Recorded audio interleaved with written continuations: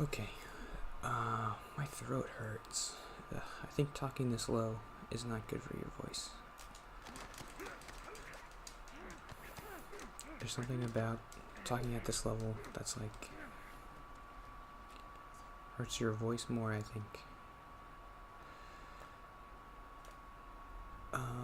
So I wanted to talk about 8th Grade, the movie.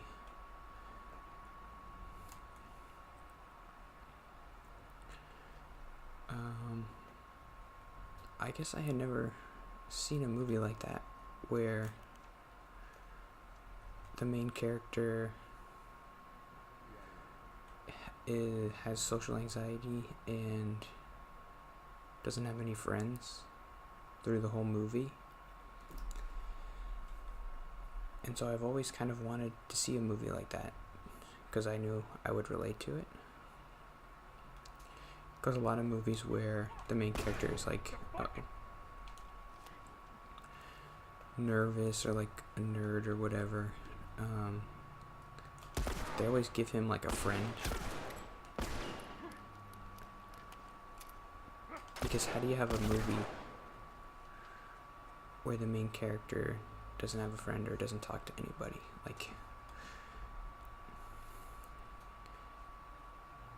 And I would say that was the main. It wasn't a big problem for me, but that's a reason why.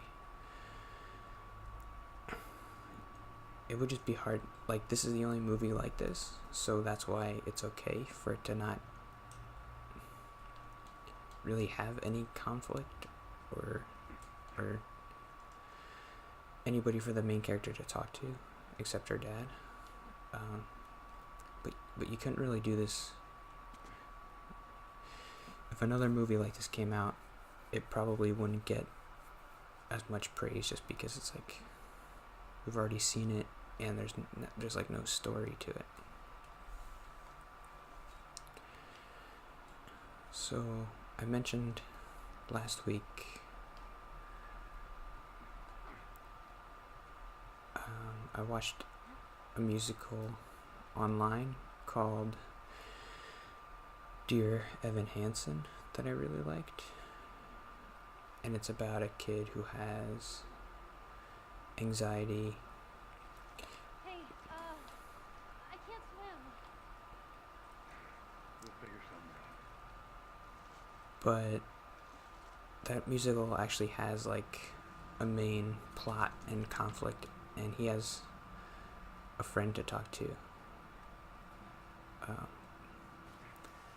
The way they get around it in the musical is he doesn't have any friends, and then he gets like thrust into this situation where he lies about having a friend, which is a cool idea, and then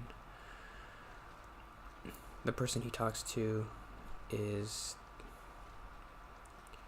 he asks this kid for help who's like a family friend, and they make a big point of like he's not a real friend, he's just a family friend.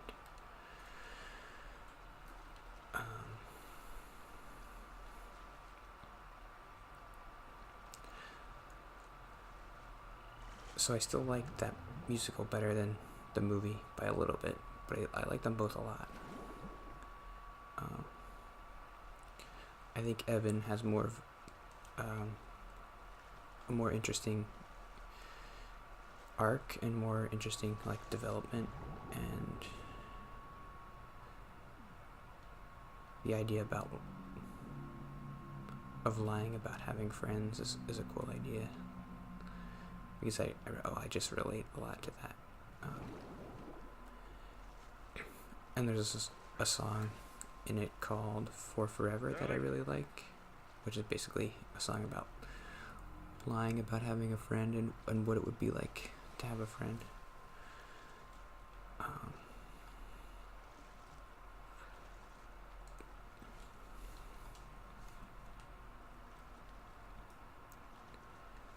There's a palette. Oh, Hey, look, it still works. There's a ladder. Maybe we can use that.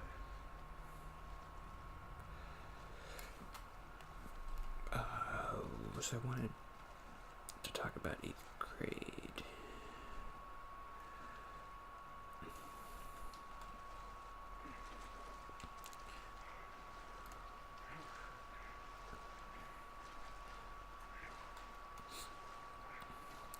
I guess it was just really interesting to see a movie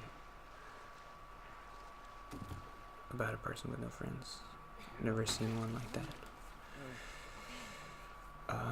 There's a lot of stuff that I liked. I have a lot of notes. I guess one basic thing that I noticed is, I guess when I was in middle school, high school, social media wasn't like as big of a thing. When I was in middle school, it was like 2008. I remember MySpace being a thing and like a thing people talked about. But it seemed it was still kind of new, and like you could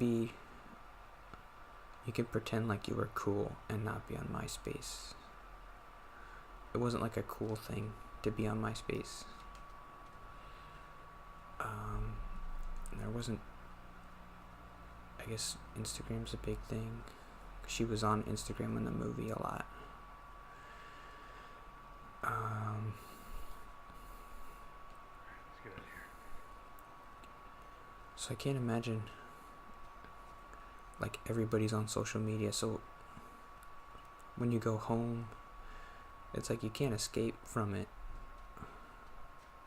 Like being in social situations, it's just present all the time, which is like, that would have been so stressful for me. So I'm glad I didn't have to. When I was in high school, Facebook was popular, but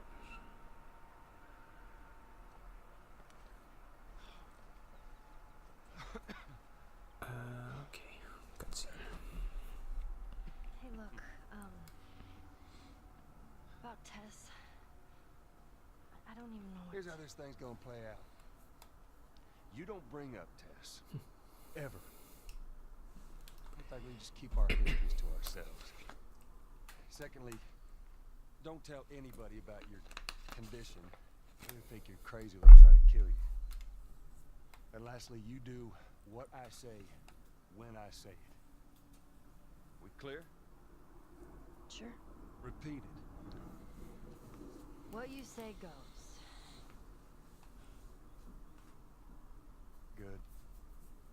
Now there's a town a few miles north of here. There's a fella there that owes me some favors. Good chance he could get us a car. Okay. Let's get a move on.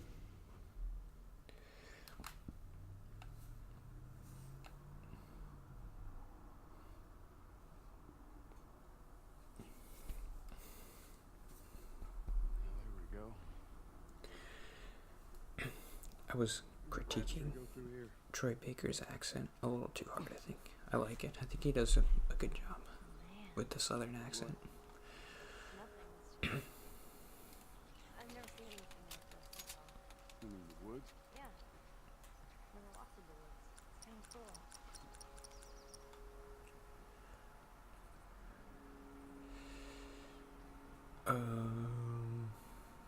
So I was talking about Facebook. Why don't you just take me back to Yeah, when I was in high school, it was a little weird that I wasn't on Facebook. It seemed like everybody was. Yeah, I don't know what to say. Your friend's chances of survival weren't too high to begin with. She's a lot tougher. But I feel like if Facebook was popular before I was in high school, I would have been on it. And then once you're on it, I guess you don't. There's no reason to leave.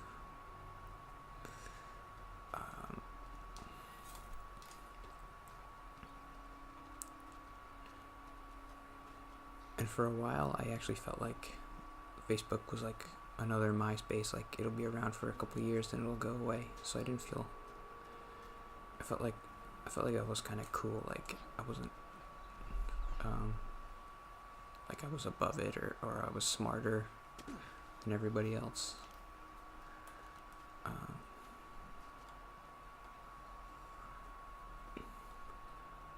But yeah, I've heard a bunch of people talk about how like social media causes anxiety because you only ever see the best version of people, and so you compare yourself to the best version of other people, and it stresses you out because you know you're not perfect. And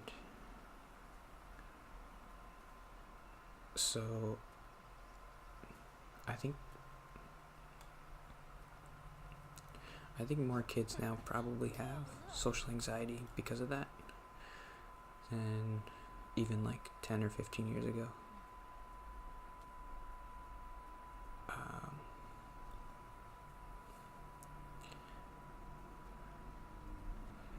And I was looking up social anxiety online, and I saw something like 5% of people who have social anxiety don't tell anybody in the first year that they have it, and like 30% never tell anybody or something. I don't know why I brought that up, but I just thought it was interesting.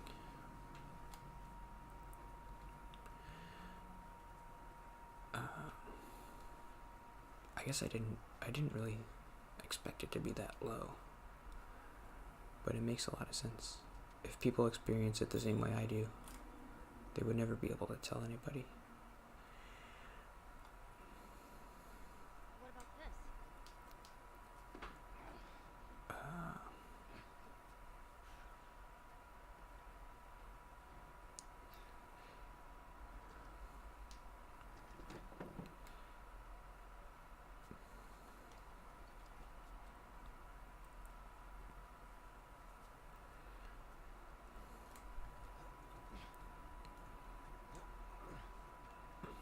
I guess, what else about the movie?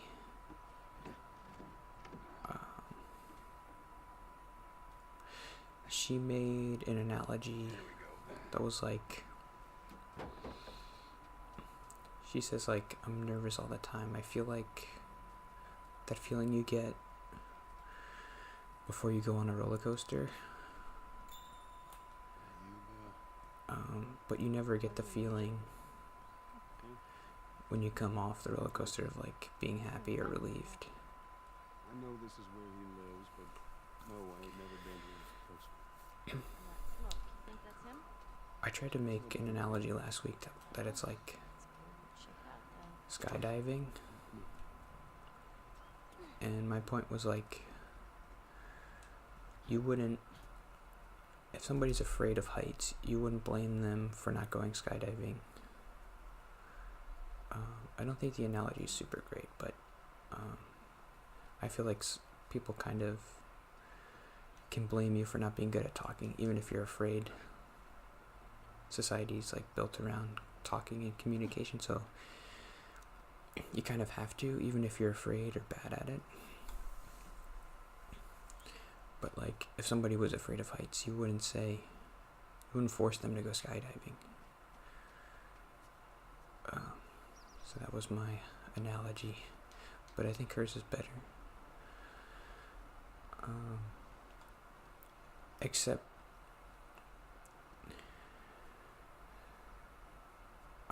honestly, some of the happiest memories I have are like Down here. doing something really hard, It's a good drop. and then that feeling of relief when you get to drive home or go home and like you did that hard thing. So like when I was in school and I had to do like a presentation or something, I would like get super nervous for weeks, and I would like dread it. And even if I did a bad job, the second it was over, it was like such a relief to sit down or to walk out of class and drive home, What is that it's like some of my happiest memories are doing that, like driving. I remember I went to in college. We had to. I had to. I had one class where I had to do a presentation that was like 10 minutes long or something. And we knew about it since the beginning of the year, and I was just dreading it the whole year, or the whole semester. And yeah, I didn't do a good job. I think I got like a C in that class, and the presentation was terrible. But it was like the best feeling ever to just leave that class and to just, after I did that presentation, that it's almost worth it. Are you alright?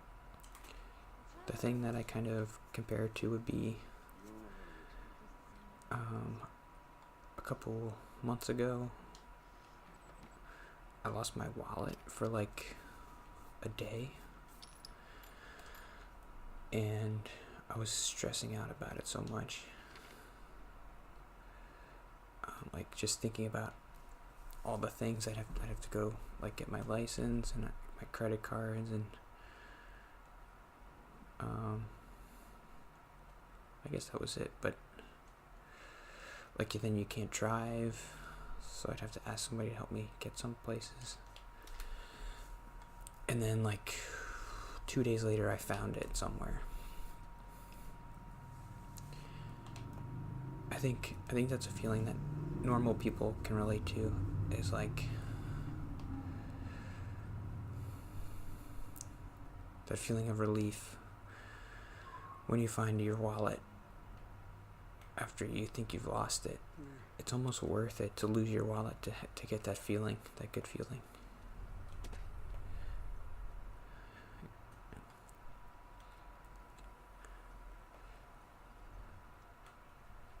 Am I supposed to go this way?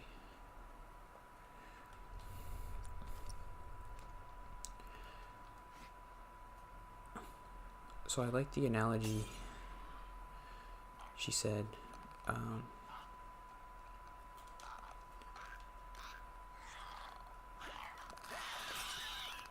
Whoops.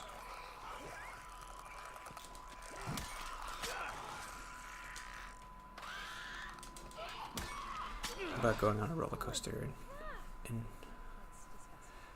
that does happen a lot. Like when I talk to somebody and then I leave, I feel bad about myself. Like I didn't say what I was supposed to, or I was awkward, and that person thinks I'm weird, and they don't like me, all that stuff. I guess that's what she's talking about.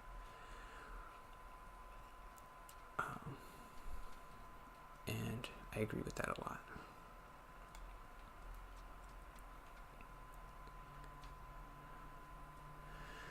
What was the point of that?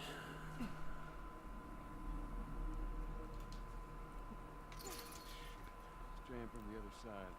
This is where you're supposed to go, so why did they have me go over there? Don't know. No, that's not such a good idea. Well, I can't boost you up. How else are we gonna open it? Okay. So 3 episodes in, doing okay, I think. Just open it. Okay, after that, I'll stop. Sure thing. Careful. Okay.